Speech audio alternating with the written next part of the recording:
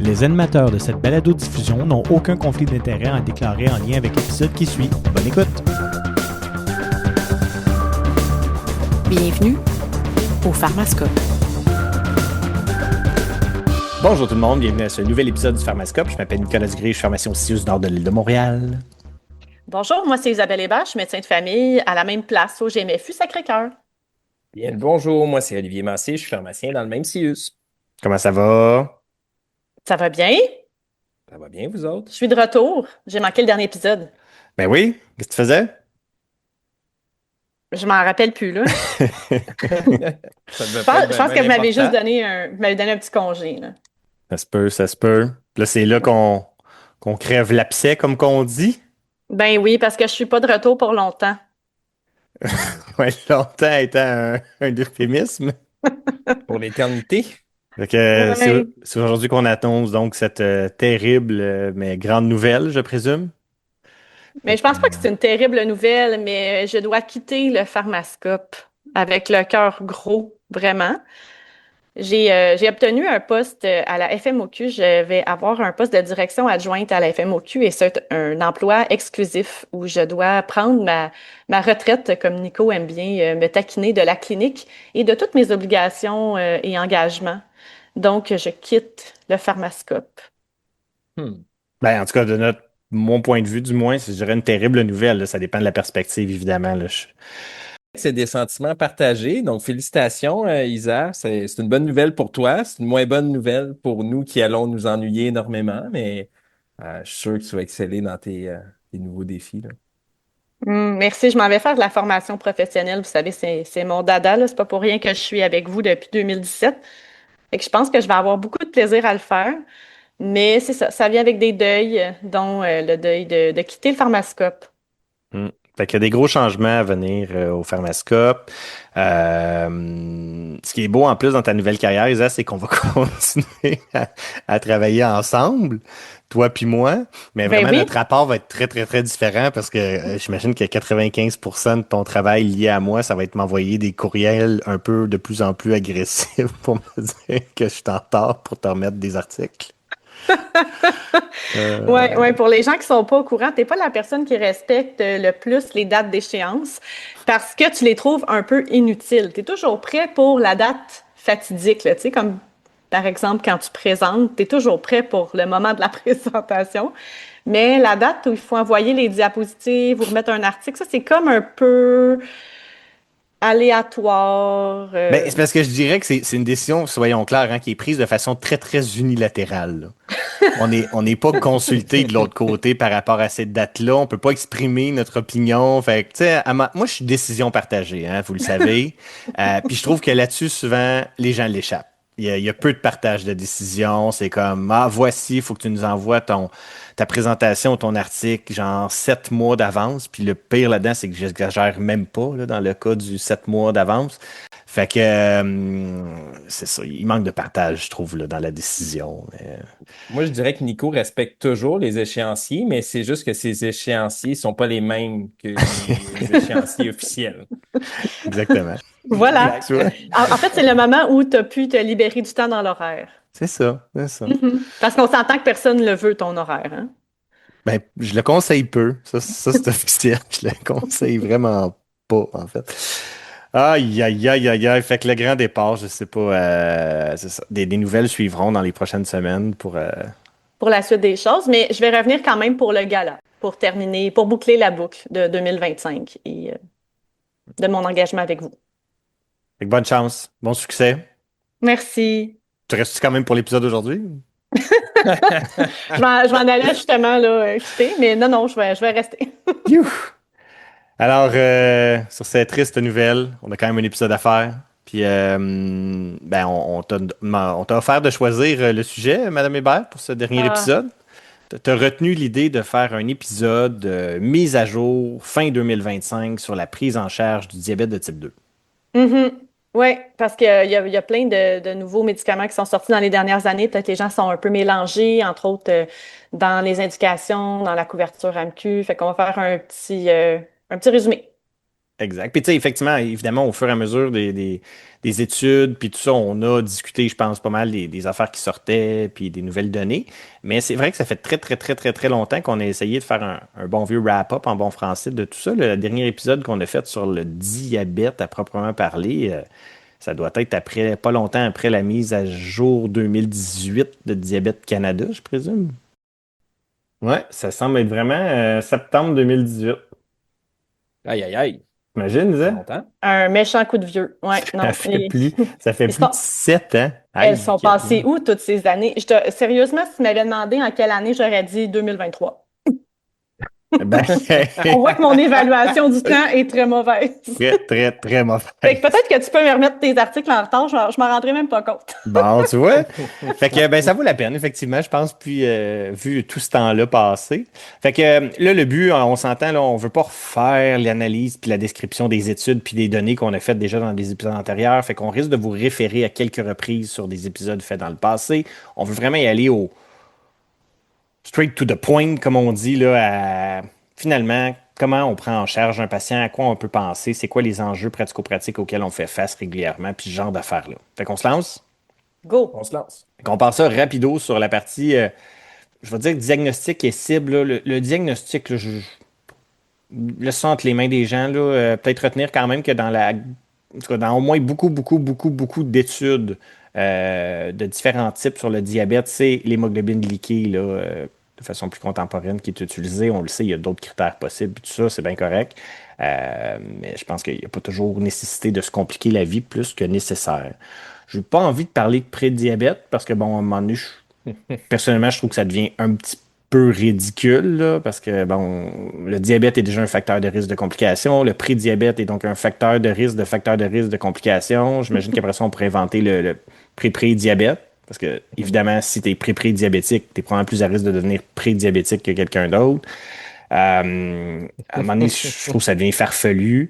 À moins qu'un jour, quelqu'un, évidemment, nous fasse une étude où il nous montre des bénéfices cliniques d'offrir une prise en charge X, Y, Z du prédiabète. Mais ce qu'on a à ce jour, puis encore des études qui sortent, hein, on n'en a pas parlé beaucoup parce que ben, ça nous intéresse peu, je présume. Mais encore des études récemment, il y en a une avec le tirzépatide qui est sortie où on nous montre clairement que si tu donnes un antidiabétique à quelqu'un de prédiabétique, il y a moins de chances qu'il devienne diabétique. Wow! On a-tu vraiment besoin d'études pour ça Je pense, ou... pense pas. En tout cas, Mais je trouve que cette période-là de pré-diabète, là, l'utilité que j'y vois, c'est vraiment de faire j'ai juste counseling en tête, là, mais un facteur de motivation, tu oui, l'utilises c'est comme... de motiver un patient qui aurait des habitudes de vie qui pourraient être optimisées, à dire là, regardez où est-ce qu'on est rendu. Fait que là, les décisions que vous prenez pour votre santé vont faire si dans 2, 3, 5, 10 ans, vous allez vous retrouver du côté du diabète ou si vous allez comme vous maintenir là ou puis vous allez baisser un petit peu votre hémoglobine glyquée. Donc, c'est comme surtout un point de motivation, je trouve. Ben, j'achète cette partie-là. Évidemment, si ça peut aider les patients à changer leurs habitudes de vie, puis ça restera toujours positif. Là. Évidemment, bouger plus, manger mieux. Hein, on passe pas à côté. Mais c'est juste quand même réaliser à quel point, en plus, tu sais, tu dis passer de l'autre côté. Tu sais, c'est pas une switch on-off, là. Hein, cette histoire-là, le 6.5 est très arbitraire. Il a changé d'ailleurs il y a un peu plus d'une dizaine d'années. Là. Les plus jeunes ne sont pas au courant, mais il n'y a pas si longtemps que ça. En fait, il fallait que tu aies une glycée à 7% pour être diabétique. Fait que, on promène cette switch-là un peu comme on veut sur le spectre de la glycémie. Parce que la vérité, c'est que si tu regardes le risque de complications, ben oui, dans des données observationnelles, il y a une corrélation avec les valeurs de glycémie ou l'hémoglobine glyquée. Tout ça est une belle courbe là, avec ces pentes plus ou moins abruptes selon le moment, mais le risque de complications augmente bien avant 6.5. Fait que, bref. On va y revenir, je pense, sur la prise en charge. Je pense que l'idée de tout ça, c'est d'utiliser les marqueurs de glycémie comme un morceau du casse-tête, mais pas comme le casse-tête à résoudre. Je pense que c'est là qu'on met beaucoup trop d'énergie. On peut faire un petit rappel d'ailleurs, si vous voulez, là, sur les fameuses cibles d'hémoglobine glyquée. On en a déjà parlé. La science a pas vraiment évolué de ce côté-là. En fait, on a toujours les mêmes 5 grandes études randomisées contrôlées là, qui ont questionné l'idée de cible et d'efficacité des traitements. Fait que, tu sais, dans les années 90, on avait 2 grosses études UKPDS où, bon, c'était des vieilles études. Fait qu'on prenait des patients diabétiques de novo. On les suivait pendant une dizaine d'années, quand même, des études très, très longues. Puis là, ben, dans un groupe, on faisait un traitement plus intensif, dans l'autre groupe, moins. La partie vieille étude, c'est un peu difficile d'écrire avec précision le groupe intensif puis le groupe moins intensif parce que c'était pas juste des cibles d'hémoglobine glyquée. Là, mettons, dans UKPDS 33, dans le groupe intensif, on ciblait une glycémie en bas de 6 millimoles par litre. En tout cas, légèrement difficile à extrapoler à une pratique contemporaine, mais quand on regarde à la fin de ces études-là, les hémoglobines glyquées, ben, on avait des glyquées autour de 7% et un petit peu plus dans les groupes intensifs, des glyquées autour de 8% dans les groupes pas intensifs. Puis ce que ça a montré, ben, c'est oui, une diminution de certaines complications, mais soyons très honnêtes, on ne parle pas de chiffres très, très, très, très, très élevés, là. Mettons, à UKPDS 33, pas de différence sur la mortalité, pas de différence sur les infarctus du myocarde, pas de différence sur les AVC, mais une diminution de 5 événements liés au diabète par 1000 patients année. Hmm. On se rappelle quand on met des affaires par 1000 patients d'habitude, c'est parce que c'est pas des gros chiffres, là. Sinon on les mettrait par 100. Puis quand on regarde Puis événements liés au diabète, qu'est-ce que c'est ben, c'est exactement? ça, c'était un ramassis d'un paquet d'issues. Puis dans les faits, quand on regarde le 5 événements, ben, c'était beaucoup des photocoagulations rétiniennes, là. Fait que, un petit quelque chose, pas une grosse affaire. Pour une étude quand même de 10 ans, de presque 4000 participants, où au bout du compte, on a obtenu une glycée de 7% contre 7,9%. Après ça, UKPDS 34, Oli, tu vas nous en reparler rapido, mais c'est l'étude où dans le groupe intensif, en fait, on a utilisé de la metformine, puis là, il pouvait avoir d'autres affaires, mais au final, 7,4% contre 8%, une diminution de la mortalité toute cause de 7 décès par 1000 patients année, une diminution des infarctus du myocarde de 6 par 1000 patients année. Fait que oui, des résultats qui étaient statistiquement significatifs, puis comme tu vas nous le dire, ben c'est de là que ça vient. Finalement, l'idée que la metformine, ça a des bienfaits puis que ça fonctionne. Mais encore une fois, des chiffres qui ne sont pas non plus hallucinants, là, mais on pourrait y revenir. Puis plus récemment, là, même si ça reste vieux, les études Accor, Advance, VADT, des études de 2008-2009, des grosses études. Avec l'étude Accor, c'est la fameuse étude où on a voulu, chez un peu plus de 10 000 patients diabétiques, atteindre une hémoglobine glyquée en bas de 6% dans le groupe intensif. On ne s'est pas rendu parce qu'on se rappelle que ce qui est arrivé dans Accor, c'est la seule étude de l'histoire de ces études-là où on s'est rendu en fait avec une hémoglobine glyquée en bas de 6,5%. On s'est rendu à 6,4 au bout de 3 ans et demi. Puis là, ben, ce qui est arrivé, c'est que l'étude a été cessée prématurément parce qu'on s'est rendu compte que les gens mouraient plus avec une augmentation de la mortalité de toute cause d'à peu près 1%. Fait qu'on dirait que cette phrase-là, il faut tout le temps que je la répète quand même. Fait que la seule étude dans l'histoire où on s'est rendu en fait avec une glyquée en bas de 6,5%, c'est l'étude Accor. Puis elle a été cessée prématurément parce qu'on s'est rendu compte que les gens mouraient plus. Donc, la seule étude où on amène nos patients en bas du fameux seuil de diabète, le seuil contemporain, ben, ces patients-là, dans cette étude-là, ils meurent plus. Exact. Dans le même genre, Advance, plus de 11 000 diabétiques qu'on a suivis pendant 5 ans, qu'on a amené dans le groupe intensif à 6,5, dans le groupe contrôle à 7,3%. Pas de différence sur la mortalité, les infarctus, les AVC. Une diminution de 1% des néphropathies. Je parle pas ici d'insuffisance rénale terminale là, ou d'affaires de même, là, de néphropathie. Je comprends que c'est pas une bonne nouvelle, là, mais c'est une issue peu clinique. Puis au prix de plus d'hypoglycémie, puis même plus d'hospitalisation. Fait que, encore là, peu impressionnant certainement. Puis finalement, VADT, une étude d'un peu moins de 2000 diabétiques qu'on a suivi pendant un petit peu plus de 5 ans, qu'on a amené dans le groupe intensif à 6,9% contre 8,4% dans le groupe standard. On dirait que celle-là, c'est un peu ma préférée, parce que je trouve qu'elle elle devrait si bien fonctionner, tu sais. C'est comme exactement nos écarts de cible un peu dont on discute typiquement, là. Fait que, je répète, à la fin de l'étude, 6,9% dans le groupe intensif, 8,4% dans le groupe contrôle. Puis au final, qu'est-ce que ça a donné? Pas de différence sur la mortalité, les infarctus, les AVC, l'insuffisance cardiaque, une diminution de 5% de l'albuminurie. On est encore à un seuil le plus moins clinique d'issue rénale. Puis une augmentation des hypoglycémies sévères avec un NH à 17, là, une hypoglycémie sévère. Hmm. Puis là, bien évidemment, ce que les gens vont critiquer typiquement quand on parle de ces études-là, c'est que c'est des vieilles études. Et donc, les traitements utilisés sont des vieux traitements. On utilisait beaucoup de, ben oui, metformine, mais beaucoup de sulfonylurée, beaucoup d'insuline. On peut se rappeler aussi, c'était une époque où on avait des TZD puis des affaires de même. Puis ils vont dire, ben c'est normal qu'il y ait donc eu des problèmes parce qu'on n'utilisait pas des bons médicaments. Puis vous savez quoi? Ben oui, en effet.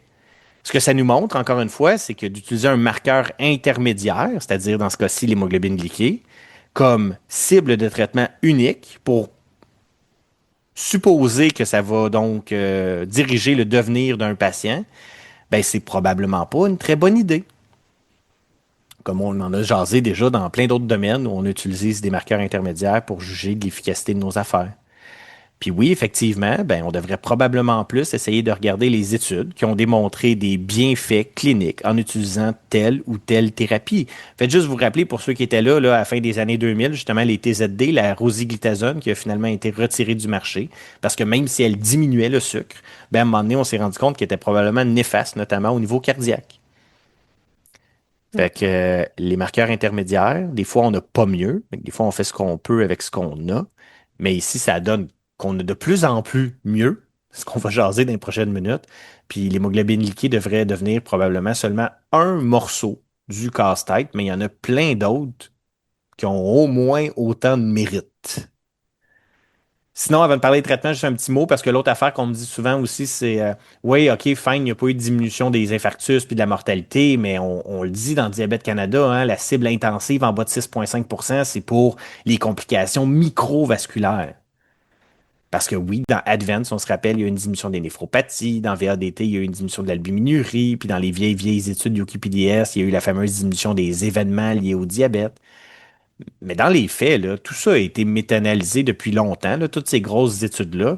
Puis ce que ça montre, oui, avec les groupes intensifs, en se rappelant que dans les groupes intensifs, là, la majorité sont restés autour de 7% là, et non à 6,5 ou en bas.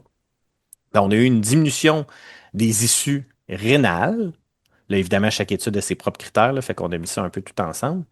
Mais au bout de plusieurs années, on parle d'une diminution absolue de 0,4% dans les groupes intensifs. Quand on regarde les problèmes rétiniens, on n'a pas réussi à démontrer de différence statistiquement significative, puis on aurait une diminution absolue de 0,2% sur plusieurs années. Puis quand on regarde les neuropathies, on n'a pas non plus réussi d'aucune façon à montrer une différence des traitements intensifs. Là. L'intervalle de confiance sur le résultat là, va de 0,87 à 1,09. Là. On est pas mal en plein milieu de l'effet nul. Fait que malheureusement, dans ces études-là, même pour les complications microvasculaires, les groupes intensifs, ils n'ont pas sauvé grand-chose, là. Hmm. Ben, pour prendre la statistique, mettons, qui est la seule statistique qui est statistiquement significative là, sur les issues rénales, là, ça donne un NNT de 250 sur des suivis qui varient entre 4 et 10 ans. Là. En plein ça. Ça m'aide pas beaucoup. Ben, c'est ça. Fait que, mais encore une fois, tu sais, on va le voir, puis vous le savez, là, si vous avez suivi un peu l'actualité diabétique dans les 10 dernières années, on a maintenant des traitements qui, bien au-delà de ces cibles-là, puis des hémoglobines glyquées, ont démontré des bénéfices, évidemment, notamment au niveau rénal, là, on le sait, là, nos GLP-1, nos GLT-2, on va y revenir, mais fait que ça fait juste nous rappeler, à nouveau, que de tout miser sur un contrôle de sucre, des valeurs de laboratoire de glucose, c'est probablement pas une très bonne idée.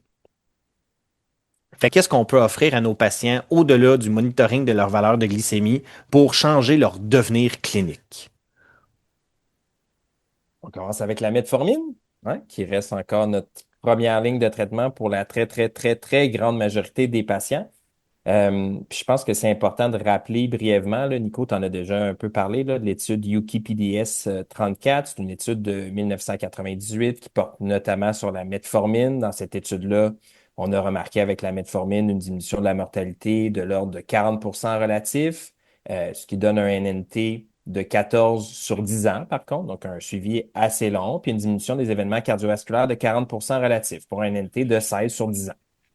Donc, Fait que ça fonctionne, la metformine, jusqu'à preuve du contraire, pour diminuer les complications macro, même la mortalité. Mais c'est quand même fascinant comment Tu sais, c'est une étude, puis le groupe Metformine en question, là, parce que ça, il y avait d'autres affaires, là, mais c'était comme 700 quelques participants. Ouais, C'est pas mal ça, là, la science qu'on a sur la metformine, mais ça reste positif, là. tout à fait. Puis, tu sais, l'autre argument en faveur de l'utilisation de la metformine comme première ligne de traitement, c'est que toutes nos études de médicaments plus modernes, puis là, on va revenir, là, notamment les GLP-1, les inhibiteurs du SGLT2, incluaient aussi la prise de metformine, là. Donc, ces nouvelles thérapies-là, dans les études cliniques, s'ajoutent généralement à la metformine, qui reste le gold standard, l'étalon doré un peu de notre première thérapie en diabète. Absolument.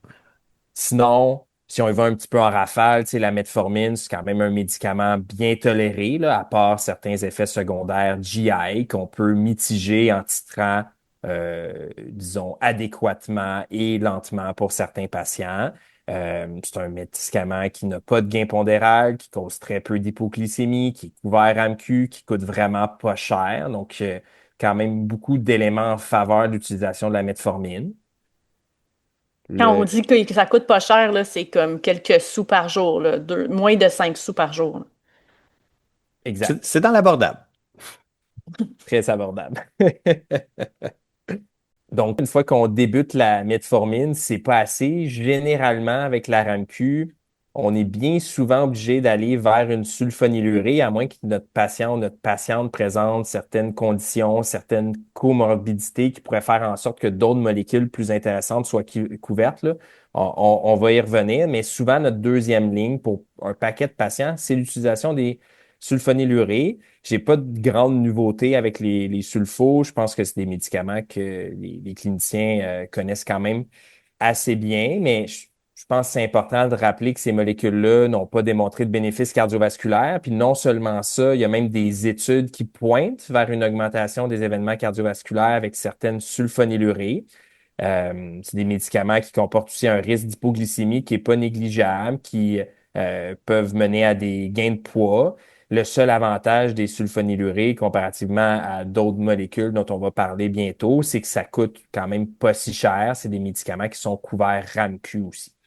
Fait que, tu sais, ici, là, je pense que ça vaut la peine quand même de prendre une petite seconde, puis on va y revenir à la fin, je présume, là. Fait que, tu sais, ton patient diabétique, la metformine, probablement une très bonne idée. Chez à peu près tout le monde, j'imagine. Les sulfonylurées, jusqu'à preuve du contraire, ça ne diminue d'aucune façon les complications du diabète. Puis même, là, on pourra remettre la bonne vieille référence de 1971 du JAMA, là, cette étude où on a démontré que le tolbutamide, en comparaison à un placebo, diminuait, oui, le sucre, mais augmentait la mortalité cardiovasculaire. C'est quand même une Mhm. mauvaise nouvelle. Euh, Fait que je pense qu'il faut quand même, avant de donner une sulfonylurée à une personne, oui, malheureusement, il y a certains critères administratifs qui nous limitent, m- mais il faut se poser la question, c'est quoi notre objectif de traitement là, chez cette personne-là? Parce que si cette personne-là est asymptomatique, si cette personne-là a des valeurs de glycémie raisonnables, puis on reviendra peut-être tantôt sur qu'est-ce que veut dire raisonnable, je suis pas sûr qu'on l'aide en y ajoutant une sulfonylurée, là. Jusqu'à preuve du contraire, en fait, on la met à risque de certaines complications, de certains effets indésirables. On rajoute une médication puis une dépense, même si elle est peu élevée. Ouais. Mettons que votre patient avec une hémoglobine glyquée à 7,2, si vous le partez une sulfonylurée juste parce que vous êtes en haut de 7 de glyquée, euh, c'est peut-être pas la meilleure des idées. Clairement. Peut-être parce que c'est pas une sulfonylurée, là, il y a le répaglinide qui existe toujours. Médicament qu'on utilise peu quand même, mais historiquement, c'est un médicament qui avait comme créneau, bon, c'est un médicament qui agit rapidement et pas longtemps pour un médicament oral, puis qui était donc souvent utilisé pour essayer de cibler certains moments de la journée ou pour aider les gens à gérer une journée quand ils ont un horaire de repas très irrégulier ou des affaires de même. Euh, on n'a pas plus là, de science qui démontre que ça change le risque de complications, puis ça vient aussi avec ses désavantages, des fins indésirables, puis tout ça. Fait que, encore une fois, je pense que c'est une molécule avant de la considérer, de s'assurer de se poser la question, OK, mais c'est quoi que j'espère aller chercher chez mon patient avec ça? Fait que là, on serait rendu aux médicaments un petit peu plus contemporains, Ali. Mhm. Les inhibiteurs du DPP4, donc les fameux gliptine, sitagliptine, saxagliptine, linagliptine. Euh, et il y a l'autre que j'oublie toujours. Allô? Allô? Allô, Glyptine. Merci, Isa. Merci, Isa. J'ai le Euh, tableau devant les yeux. C'est pas parce que je le prescris souvent. Donc, les DPP-4, c'est quand même des médicaments, il faut le rappeler, qui n'ont pas de bénéfices cliniques démontrés dans les études randomisées contrôlées au-delà de baisser le taux de sucre. C'est des médicaments qui coûtent quand même cher, là. On va revenir bientôt sur le prix et la couverture dans un moment. Donc, sur cette base-là, quand même une place plus limitée dans leur utilisation. Par contre, on va se dire qu'il y a des médicaments qui sont très bien tolérés, qui comportent très peu de risques d'hypoglycémie, qui n'ont pas de gain de poids. Donc, sur la base, la tolérance, quand même, des médicaments qui se démarquent positivement. Ben, comme on dit souvent, en fait, c'est des médicaments qui font pas grand-chose, là. Ouais. Fait que, De positif et de négatif. point, pas grand-chose, point. Ouais. C'est souvent comme ça, hein. Il y a une tendance, on en a déjà parlé, mais les médicaments qui ont vraiment trop peu d'effets indésirables, c'est probablement des médicaments souvent qui font trop peu d'effets, point. Ça, c'est tes médicaments préférés, Nico. Oui, absolument. Puis, tu sais, ça vaut quand même la peine de peut-être le rappeler rapido, là. C'est fou, là, parce que, mettons, on parlait de metformine, on parlait de sulfonylurée, c'est souvent des vieilles études avec, bon, des limites, pis ci, pis ça. Les DPP-4, c'est pas des vieux médicaments quand même, donc on a des très, très, très grosses études. Puis on a même ces fameuses études de non-infériorité contre placebo, là. Puis on dirait que cette phrase-là, à chaque fois que je la dis, elle me donne un peu le tournis, là. Ça fait tellement pas de sens. Je veux dire. Puis c'est suite là, justement au problème des TZD, la FDA a exigé que les nouveaux médicaments antidiabétiques soient démontrés sécuritaires et donc on demandé à ce qu'on les compare à des placebos et qu'on nous démontre qu'ils ne causent pas plus de problèmes qu'un placebo. Puis quand on réussit, on est satisfait. Fait que des études, on en a avec chacun des inhibiteurs de la PPK, des études de plusieurs milliers de patients avec des suivis assez longs, puis tout ça. Puis à chaque fois, ça nous montre la même affaire. Ça fait rien. Ça fait rien sur rien. Hmm. Puis ça, c'est apparemment un argument qui devrait nous convaincre de donc les utiliser. Je sais pas. Tu sais, fait que c'est des médicaments qui vont coûter entre 80 sous et 2,30 $ environ le comprimé. Fait que, tu sais, par rapport, tantôt, on parlait de metformine à 2 à 4 sous, là. Puis on n'a pas mentionné, mais pour les sulfonylurées, on parle en bas de 10 sous. C'est quand même un gros saut, là, dans le budget. Clairement. Et toutes ces molécules sont aussi disponibles en association avec la metformine. Un petit mot sur les combinaisons dont tu parles. Tu sais, on a des combinaisons aussi avec d'autres produits, avec les inhibiteurs SGLT2 puis tout ça. Puis, en tout cas, moi, j'en vois pas une tonne d'ordonnances de combinaisons. Puis à l'inverse, je vois une tonne de patients qui prennent ces différents médicaments-là séparés. Il y a quand même de la littérature qui montre que l'observance médicamenteuse est meilleure quand on diminue le nombre de comprimés. Puis, je vous dirais par expérience, là, c'est pas de la science que je vous dis là pantoute, je sais pas vous autres votre expérience, mais quand je le propose aux patients, généralement, ils sont intéressés. Ça te fait pas dépenser une scène de plus, là. Puis même, en plus, quand tu inclus les honoraires, puis les ci, puis les ça, tu sauves probablement un petit peu d'argent. Donc, peut-être un petit rappel sur la disponibilité d'un paquet de combinaisons en diabète qui peuvent être, je pense, intéressantes pour certains patients.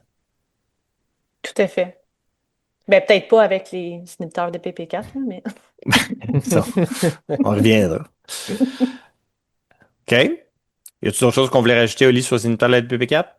Deux petits éléments à retenir, là. Le premier point, c'est qu'on combine pas les inhibiteurs du DPP4 avec les analogues du GLP1. Il n'y a pas de bénéfice à faire ça, autant sur le plan des issues cliniques que sur la glyquée, là. C'est deux classes qui ont un mécanisme un peu semblable. Donc, juste retenir, on combine pas ces deux classes de médicaments-là. Et l'autre petit point, là, sans rentrer dans le détail de chacun des inhibiteurs du DPP4, je pense que c'est important de rappeler que la saxacliptine est à éviter en insuffisance cardiaque. Là, ça augmente le risque d'hospitalisation pour insuffisance cardiaque dans une étude quand même qui avait une bonne durée de suivi puis pas mal de patients. Là. Donc, Ouais. à éviter. C'est ça, bon, c'est pour sortir des autres études de DPP4. Fait que là, il reste encore un certain flou, je pense, sur ce lien de cause à effet-là, mais en même temps, pourquoi se Par, casser le bicycle, là? par prudence, vous avez d'autres molécules. Donc, si vous avez un patient avec insuffisance cardiaque, la saxagliptine, ça vaut le coup d'explorer d'autres classes de médicaments, mais si vous avez vraiment besoin d'un DPP4, d'en prescrire un autre que la saxagliptine. Ben oui. Excellent. Ensuite de ça, ben, sont arrivés les inhibiteurs du SGLT2. Les grands sauveurs, les grands héros. Ben, en tout cas, des débuts de quelque chose qui ont commencé au moins à démontrer mieux que je suis pas moins bon qu'un placebo. C'est quand même une bonne nouvelle. Fait que, bon, on a un paquet d'études randomisées contrôlées sur ces différentes molécules-là. On en a parlé de plusieurs au fil des années. Je vais pas refaire un tour en détail de ça. Au final, ben, clairement, les inhibiteurs SGLT2 ont démontré dans plusieurs de ces études-là des diminutions de problèmes cliniques, donc des événements cardiovasculaires, dans certains cas même de la mortalité de toute cause, des bénéfices clairs sur l'insuffisance cardiaque, des bénéfices clairs au niveau rénal. Fait que, bref, au-delà du sucre, ça change le devenir des patients. Puis je pense que c'est là, évidemment, que on devrait mettre notre effort et notre énergie. Petit bémol quand même, on en a déjà parlé. Il y a quelque chose de, je sais pas si le bon mot, c'est préoccupant, mais quand on regarde la majorité des études d'inhibiteurs SGLT2, on voit vraiment une tendance à une perte de diminution des complications quand on se penche sur les populations en prévention primaire. Alors que quand on regarde les populations en prévention secondaire, donc les gens avec des antécédents cardiovasculaires, là, les bénéfices sont généralement beaucoup plus évidents. Puis ça semble pas juste être le classique là, où ben, tu sais, les études en prévention primaire, les gens ont eu moins de complications, puis c'est donc plus difficile de démontrer une différence statistiquement significative. Vraiment, même quand on regarde les chiffres absolus, on voit pas beaucoup de différence souvent dans les populations en prévention primaire. Fait que peut-être juste, on reviendra aussi à la fin dans le wrap-up, mais le risque de complications des patients devrait faire partie certainement de notre réflexion, puis ça devrait toujours être le cas, peu importe la pathologie à laquelle on fait référence.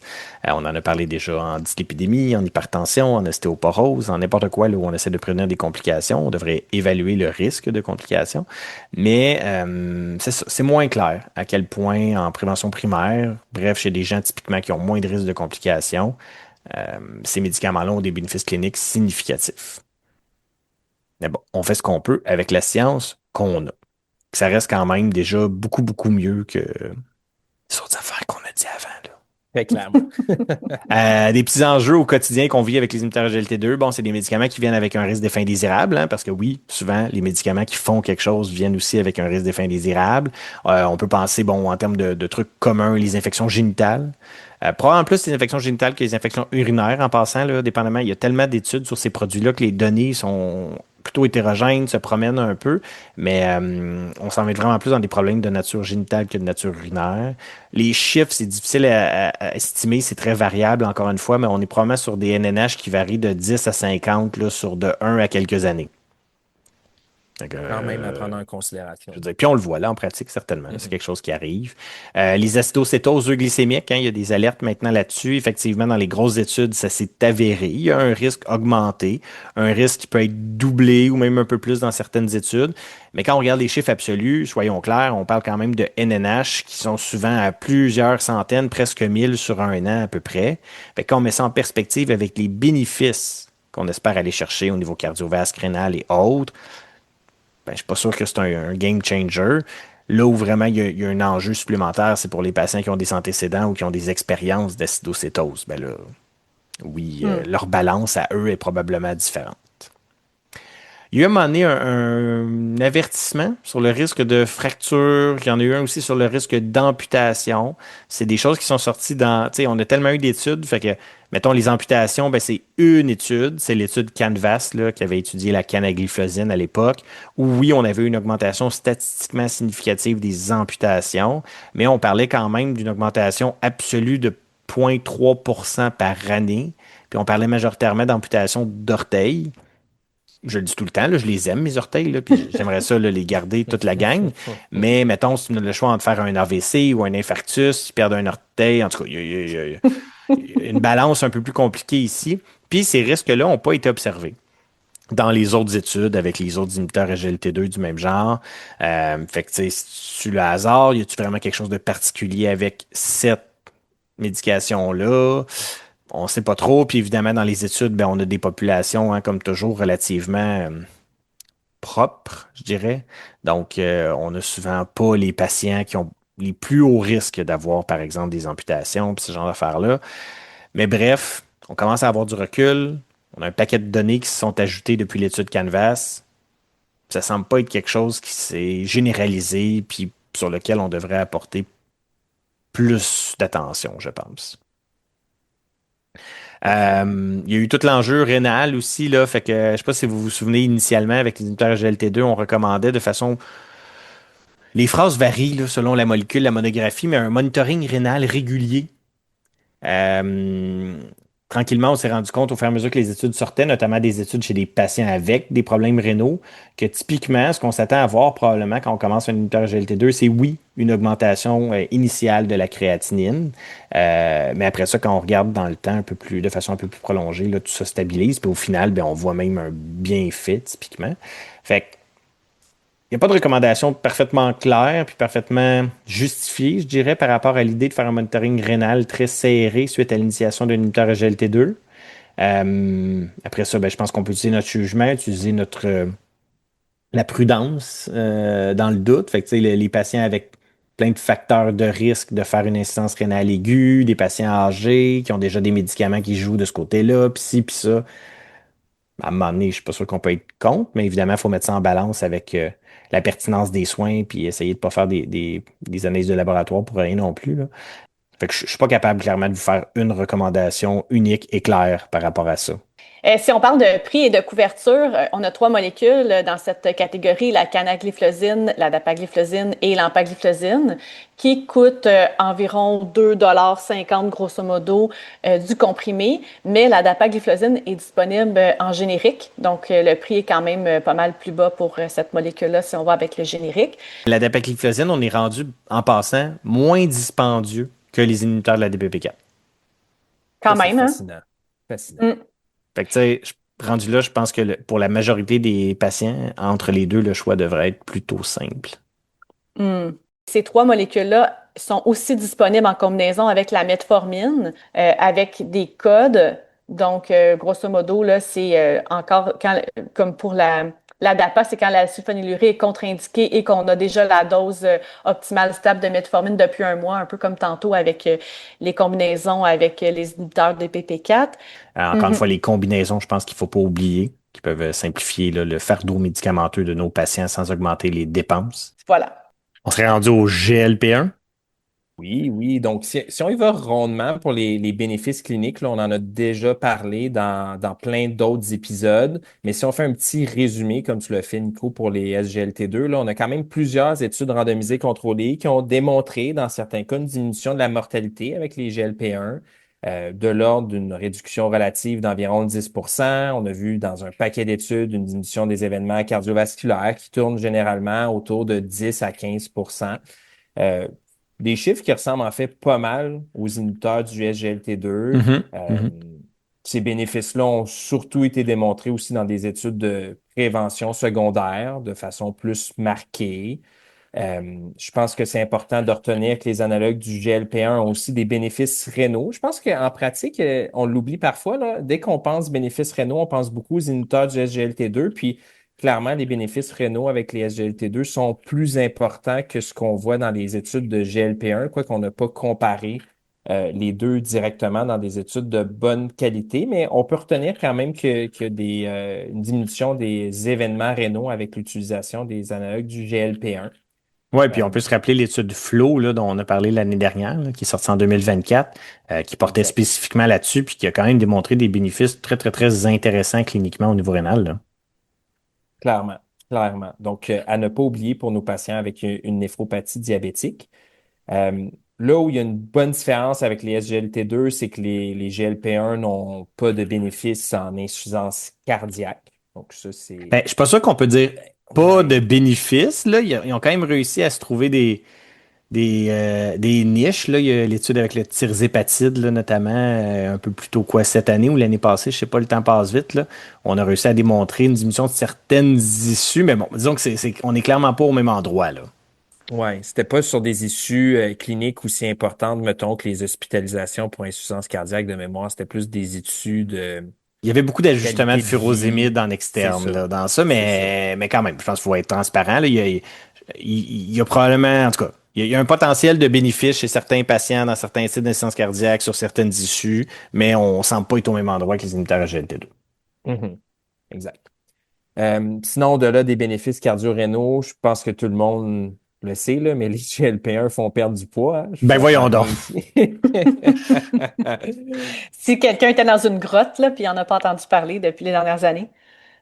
Ouais. Donc, c'est un avantage qui est quand même souvent recherché par nos patients. Donc, juste un petit rappel, puis ça, on l'a déjà dit aussi, en diabète, la perte de poids semble un petit peu moins importante là, que dans une population non diabétique. Par exemple, le sémaglutide en diabète, on est autour de 7 à 10 de perte de poids moyenne versus dans des populations non diabétiques, plus autour de 15%. Donc ça, c'était pour le volet un petit peu plus bénéfices cliniques. On voulait revenir aussi sur certains enjeux, certaines controverses avec les GLP-1 qu'on a peut-être moins abordé au fil du temps avec le Pharmascope. Donc, le premier point, c'est une question qu'on reçoit quand même de temps en temps au GMF. Là, je rappellerai que la monographie des différents GLP-1 nous rappelle que ces médicaments-là sont contre-indiqués chez les patients avec des antécédents personnels ou familiaux de carcinome médulaire de la thyroïde et chez les patients atteints d'une néoplasie endocrinienne multiple de type 2. Mhm. Donc, à la base, c'est une recommandation qui se fonde surtout sur des données animales en termes d'études chez les humains. Par contre, on a une revue systématique de 64 études randomisées contrôlées d'une durée d'au moins 1 an pour un total de autour de 85 000 participants qui est venu documenter le risque de cancer de la thyroïde. Je vous rappellerai ici que les études randomisées en question excluaient généralement les patients avec des antécédents ou avec des risques élevés de cancer médulaire de la thyroïde en raison de la recommandation des différentes monographies. Puis ce qu'on remarque dans une population qui n'est pas à haut risque de cancer, c'est un total de 86 cas de cancer de la thyroïde, 60 sous GLP-1, 26 sous placebo. Ça nous donne un rapport de cote de 1,52 qui est à peine statistiquement significatif, mais qui l'est, puis ce qui nous donne un NNH d'un peu plus que 1300 sur une durée moyenne de 5 ans. Fait que clairement ici, des données qui sont rassurantes, mais c'est ça, c'est toujours un bémol qu'on retrouve dans les études randomisées contrôlées, puis on le comprend aussi, c'est que souvent, ben, encore une fois, on prend une population qui est propre, dans ce cas-ci, une population qui a pas eu, puis qui a pas de risque élevé de cancer médulaire, mais médulaire, hein, fait que pour la partie papillaire, ça semble pas être un enjeu jusqu'à preuve du contraire, là. Exact. On peut quand même retenir que si on a des patients inquiets parce qu'ils ont lu ça sur Internet, chez des patients qui sont pas à risque, qui présentent pas des antécédents de ce type de cancer-là ou des antécédents familiaux, on peut être très rassurant pour ces autres patients-là. Certainement. On voulait discuter sinon brièvement du risque de rétinopathie associé aux analogues du GLP-1. Puis Hmm. ce risque-là, surtout, été vu de façon plus importante dans l'étude Sustain 6 qui incluait 3000 patients diabétiques. Quand on regardait les complications associées à la rétinopathie diabétique dans cette étude-là, c'était documenté chez 3 des patients sous sémaglutide contre 1,8 des patients sous placebo. C'était une différence qui était statistiquement significative qui nous donnait un NNH de 84.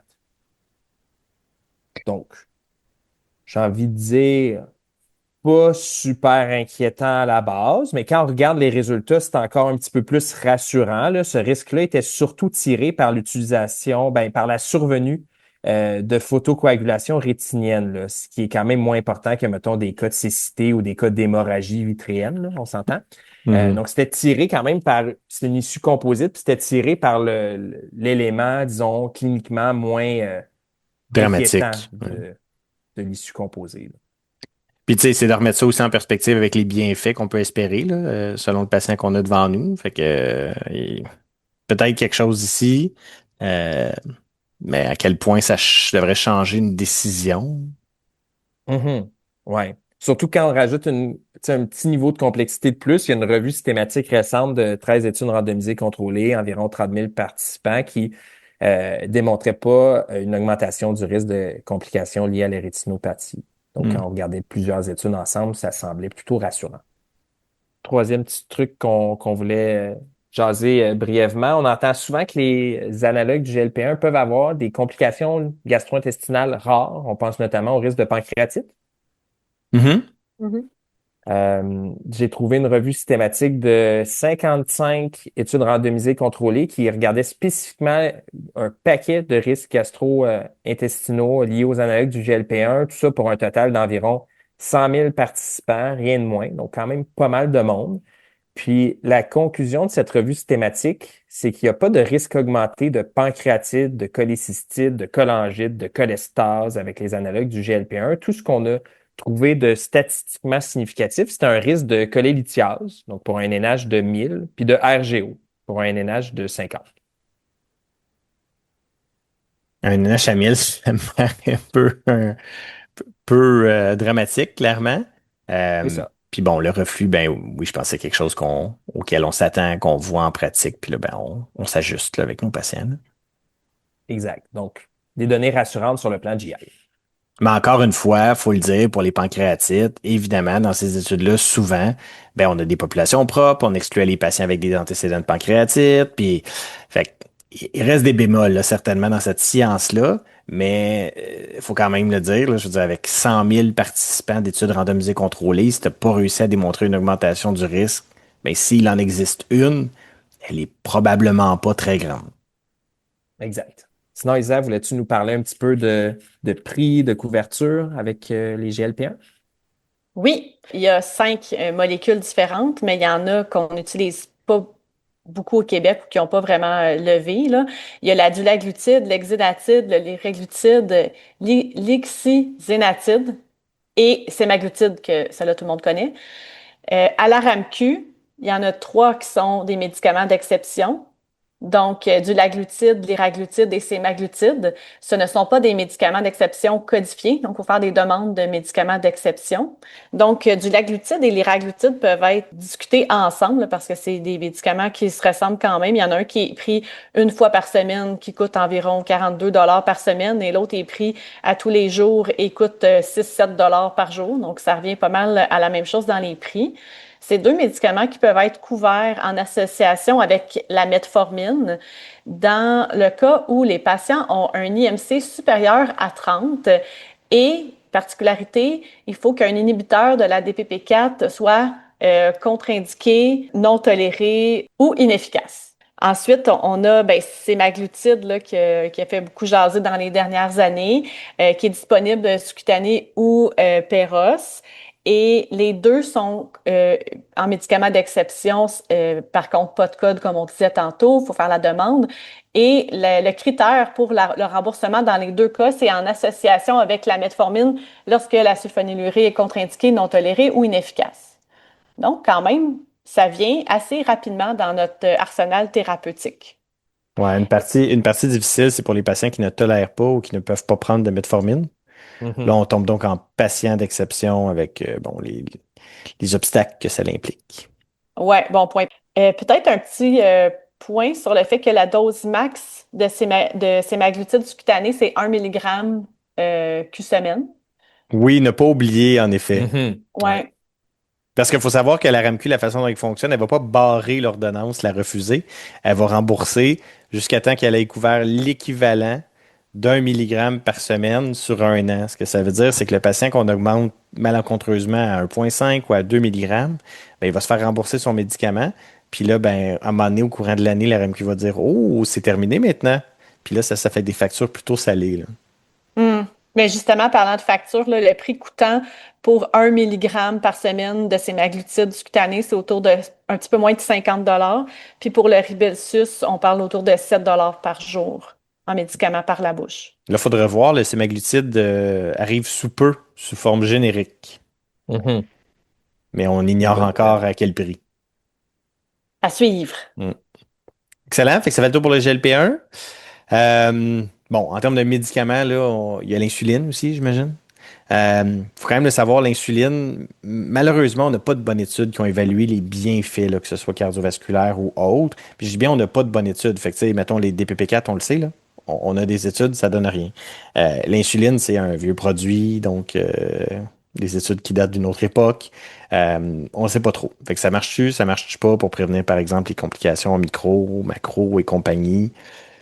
Difficile à dire, là. Il y a eu une étude qui avait été faite là, au début des années 2010 avec la glargine, mais les cibles, puis les ci, puis les ça, puis il y avait des patients prédiabétiques, puis en tout cas, ça permettait pas, là. Malheureusement, c'était une étude qui avait pour objectif de voir s'il y avait une augmentation du risque de cancer avec l'utilisation de l'insuline glargine. Fait que le mystère perdure un peu sur l'insuline. La seule étude, en fait, plus contemporaine qui inclut l'insuline puis qui s'est penchée sur l'utilisation de différents agents antidiabétiques puis les risques de complications, c'est l'étude GRADE qui est sortie en 2022 dans le New England. Une étude quand même super intéressante parce que contrairement à ce qu'on a typiquement, c'est-à-dire qu'on compare un médicament à un placebo, puis là, après ça, nous autres, on essaie de faire des comparaisons indirectes puis d'essayer, en tout cas, d'inventer de la science. Ben ici, c'est une étude non financée par l'industrie pharmaceutique où on a pris un peu plus de 5000 patients diabétiques sans antécédents cardiovasculaires, sous metformine, avec une hémoglobine glyquée entre 6,8 et 8,5 Puis là, ben, on les a randomisés à soit du glimépiride, donc une sulfonylurée, la sitagliptine, donc un DPP4, le liraglutide, un GLP-1, ou de l'insuline glargine. Malheureusement, il n'y avait pas de bras SGLT2. Ça, c'est quand même franchement dommage. Je ne sais pas la raison derrière ça, mais ça aurait été super le fun. Puis on a suivi ces gens-là pendant 5 ans. Puis là, ben, on essayait quand même de traiter le diabète de ces gens-là. Puis on pouvait ajuster, utiliser d'autres produits là, selon le bon vouloir du médecin traitant. Mais au bout du compte, ce qu'on a vu, c'est que ben, moins de gens ont atteint leur cible d'hémoglobine glyquée, là, fait que, en bas de 7 dans le groupe sitagliptine. Plus de gens l'ont atteint avec le liraglutide, avec l'insuline. Tout ça me paraît tout à fait attendu et logique. Là, on le sait, c'est des médicaments qui ont un plus gros potentiel de diminution de l'hémoglobine glyquée.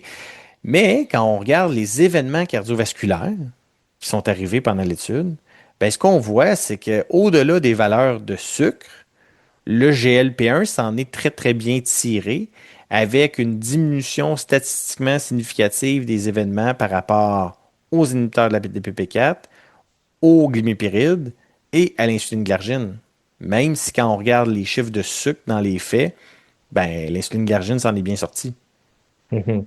Fait que c'est une étude qui vient remettre de la science sur cette fameuse idée, mais en tout cas, il semble qu'on a dépassé l'étape de l'idée, là, que juste cibler du sucre, c'est probablement pas une bonne façon de prévenir les complications.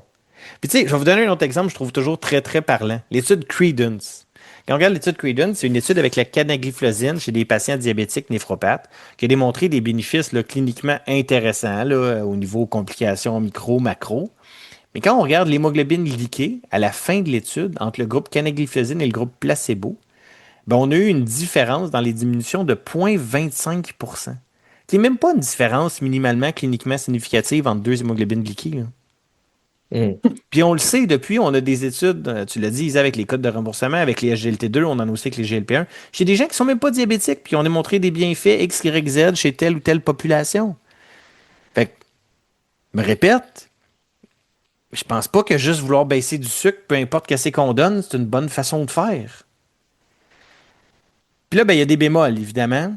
Toutes ces études-là là, qui portent sur les GLP-1, les GLT2, puis tout ça, diabétiques, ben, c'est des gens avec typiquement des hémoglobines glyquées entre 8 et 9 en moyenne. Évidemment, comme dans n'importe quel domaine, les études portent souvent sur des gens moyens. Fait que c'est sûr que, tu sais, je sais pas, moi, est-ce que si on prenait une étude avec des gens avec des glycées moyennes à 11 puis qu'on testait les inhibiteurs de la DPP4, là, est-ce qu'on se passerait quelque chose? Tout d'un coup, est-ce qu'on verrait plus là, que juste des changements sur les valeurs de sucre? Je ne sais pas. À un moment donné, on fait ce qu'on peut avec ce qu'on a. Fait qu'au final, pour moi, en diabète de type 2, il y a deux choses à considérer à la base. La première, est-ce que le patient va bien? Le patient qui ne va pas bien, qui a des symptômes, ben donne-y n'importe quoi, puis ça va marcher. Hein, Mhm. la théorie d'identifier des objectifs thérapeutiques avant de choisir une thérapeutique, ben c'est ça. Fait que ton patient qui est symptomatique, qui va pas bien, qui a des glycémies donc probablement pas mal élevées, ben même si tu lui donnes une sulfonylurée ou un inhibiteur de la DPP4, tu as le potentiel de l'aider très certainement. Tu Ça vas va la- l'aider parce que ces molécules-là, ils baissent le sucre. Exact. Donc, il va se Mhm. sentir mieux. Ce qui est en soi un objectif thérapeutique qui me paraît tout à fait louable, là.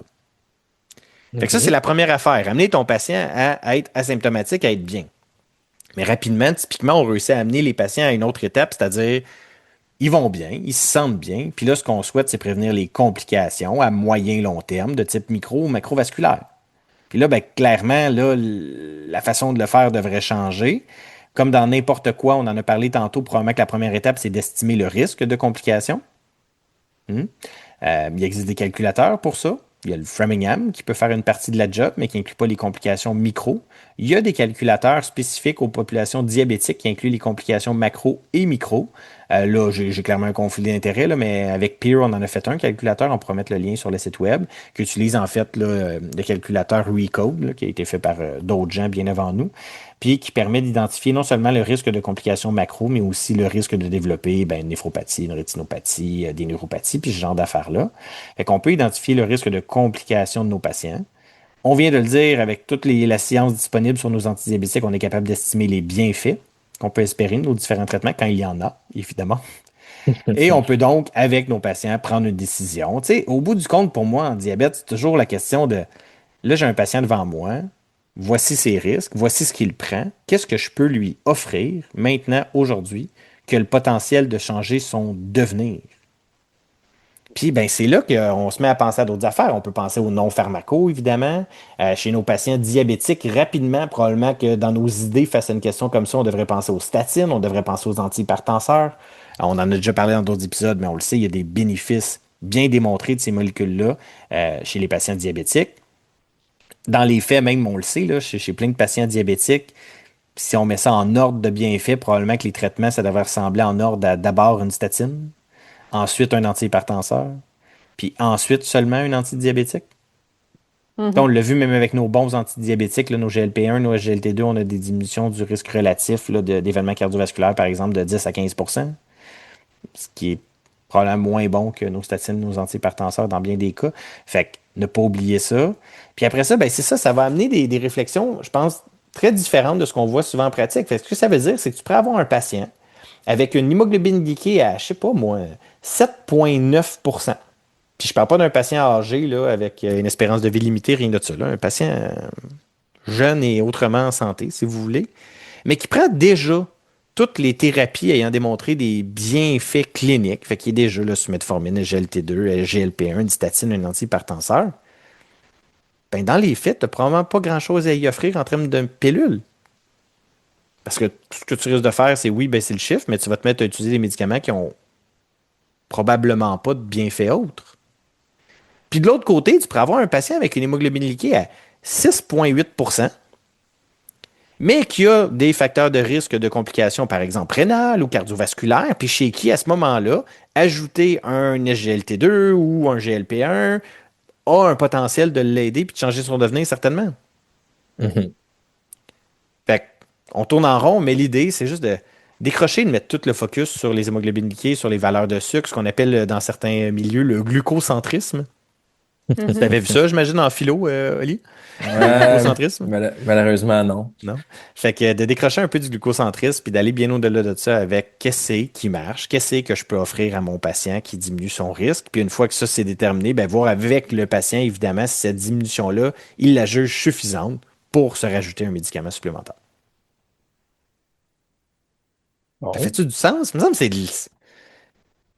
que c'est clair comme de l'eau de roche, là, tout ça. Hein? Mais pourtant, on a encore beaucoup d'énergie et d'efforts qui sont mis que sur des valeurs de sucre et des valeurs d'hémoglobine glyquée. Mm-hmm. Clairement. C'est dommage. Mais toi aussi, tu mets beaucoup d'énergie et d'efforts pour passer le message. Ouais, mais je ne suis qu'un tout petit pion dans ce grand échiquier. Qu'est-ce que tu veux? Fait que je pense que ça fait le tour de ce qu'on voulait jaser aujourd'hui.